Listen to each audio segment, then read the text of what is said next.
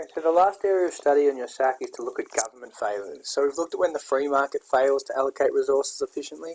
Now we're going to look at some examples of government failure, where the government fails to allocate resources in an efficient manner. So, as I said, basically what we're looking at is resources are not being used in a way that's going to maximise society's well-being. Government failure is a situation where government intervention fails to improve the allocation of resources. So they may have attempted to make things more efficient, but they've stuffed up, and they've led to what we call the law of unintended consequences. So where they've acted in a market and it's actually made the allocation of resources less efficient than the free market would have. Government failure can arise from a range of different reasons. It can arise because it was unnecessary for the government to actually intervene in the first place. So they tried to distort the price mechanism, but they've basically done it in a way that's caused the allocation of resources to be less beneficial for society, or in essence, their actions have led to more cost than benefits.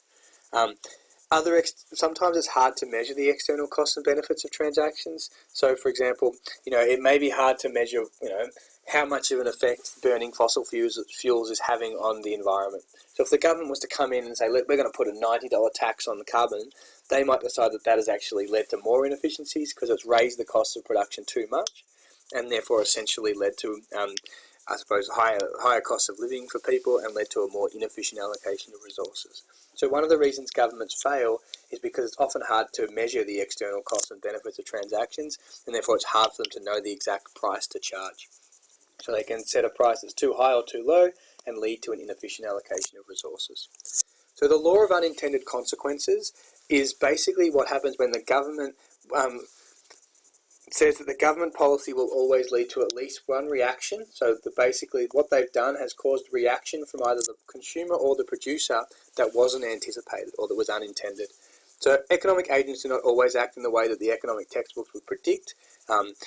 When you start to look at behavioural economics, we sort of look at some of the biases people have, and what can happen is sometimes when the government intervened, they had intentions that would happen from their intervention, but it didn't actually work like that.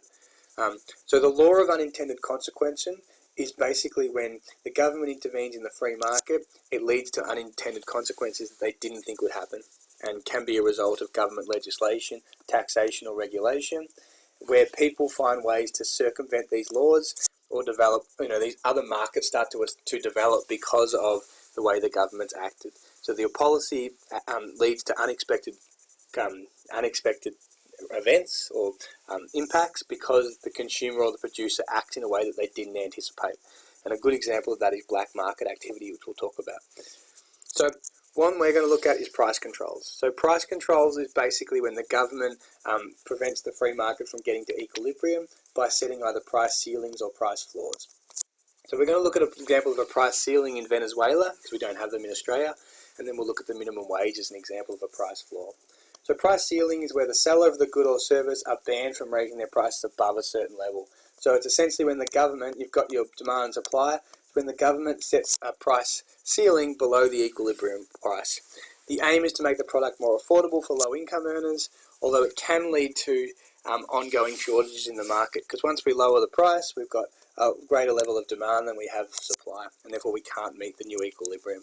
So price floors are the opposite, where the price offered in the market cannot go below a certain level. We'll talk about that in the next video.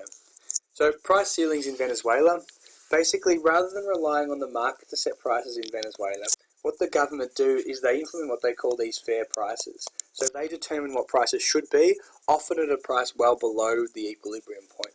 So the aim was to keep basic essentials affordable for the poor by placing a price ceiling on them so they would be able to afford these goods and services.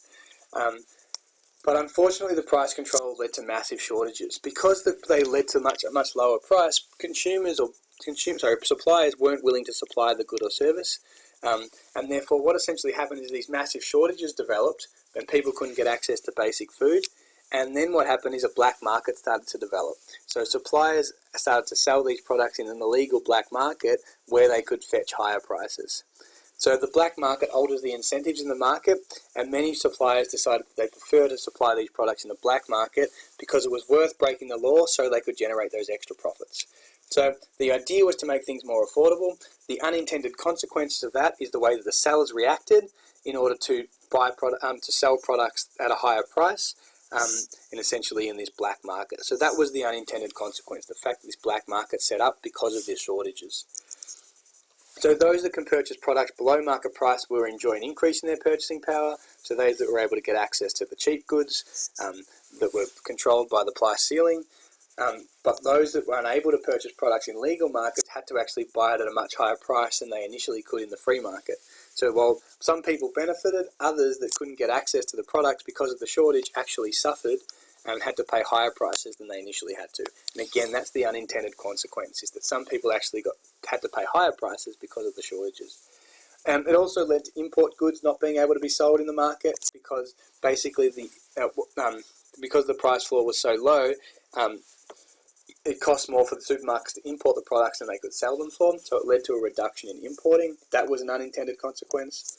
So in summary, the price ceiling created a shortage in the market, as there is both an expansion in demand and a contraction in supply, and that resulted in long queues, the establishment of a black market, and often detracted from the living standard of not only suppliers, but also consumers, because they had to buy things in a more expensive black market. We'll look at price floors in Australia in the next video.